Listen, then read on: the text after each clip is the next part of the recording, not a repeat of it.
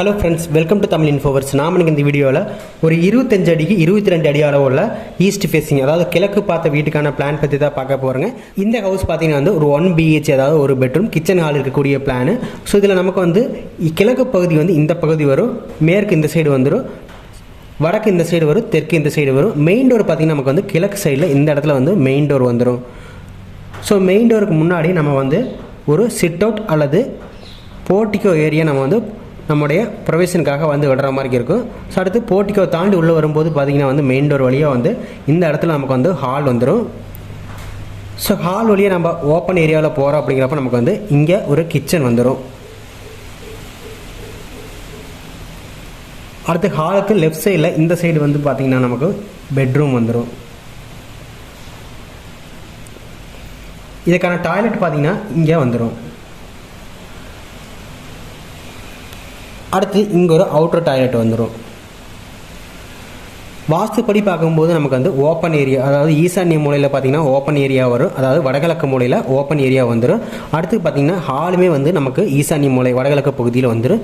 Kitchen பார்த்திங்கன்னா வந்து அக்னி மூலையில், அதாவது வந்து தென்கிழக்கு மூலையில் வந்து கிச்சன் வந்துடும். குபேர மூலையான தென்மேற்கு மூலையில் வந்து மெயின் பெட்ரூம் வந்துடும் வாஸ்துப்படி. அடுத்து பார்த்திங்கன்னா டாய்லெட் நமக்கு வந்து வாயு மூலை, அதாவது வந்து வடமேற்கு மூலையில் வந்து நமக்கு வந்து டாய்லெட் வந்துடும். ஸோ இதை பார்த்திங்கன்னா ரூமுடைய லொக்கேஷன்ஸு. நெக்ஸ்ட் வந்து டோர் அண்ட் விண்டோ பார்த்தலாம். மெயின் டோர் வந்து நமக்கு கிழக்கு திசையில் வந்துடுச்சு.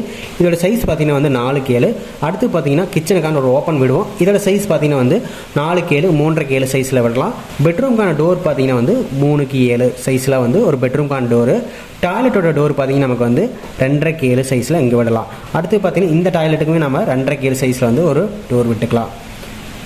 விண்டோவை பொறுத்த வரைக்கும் நமக்கு பார்த்திங்கன்னா வந்து ஹாலில் 2 விண்டோ வரும். ரெண்டுமே வந்து பெரிய சைஸில் வந்து ப்ரொவைட் பண்ணுற மாதிரி இருக்கும். இங்கே ஒரு விண்டோ, இங்கே ஒரு விண்டோ. அடுத்தது கிச்சனுக்கு வந்து 2 விண்டோ வரும். ஒன்று பார்த்திங்கன்னா வந்து கிழக்கு சுவத்தில் ஒரு விண்டோ, அடுத்து வந்து தெற்கு சுவத்தில் ஒரு விண்டோ. பெட்ரூமுக்கு வந்து 2 விண்டோ, ஒன்று பார்த்திங்கன்னா வந்து தெற்கு சுவத்தில், இன்னொன்று பார்த்திங்கன்னா வந்து மேற்கு சுவத்தில் ஒரு விண்டோ. டாய்லெட்டுக்கு ஒரு வெண்டிலேட்டர் வரும். இது பார்த்திங்கன்னா வந்து மேற்கு சுவத்தில் வந்து. அடுத்து அவுட்டர் டாய்லெட்டுக்கான வெண்டிலேட்டர் பார்த்திங்கன்னா இந்த திசையில், அதாவது தெற்கு திசையில் வந்து சுவத்தில் வந்துடும். அடுத்து நம்ம இந்த ரூமுடைய சைஸஸ் என்னென்னு பார்த்துடலாம். நமக்கு போர்ட்டிக்கல் சிட் அவுட் ஏரியா பார்த்திங்கன்னா வந்து 10.5க்கு 9.5 வரும்.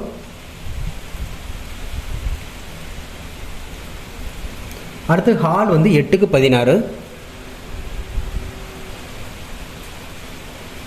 இந்த சைடு பார்த்திங்கன்னா வந்து 8 அடி வரும், இந்த சைடு வந்து 16 அடி வந்துடும். அடுத்து கிச்சன் வந்து 10க்கு 8.5.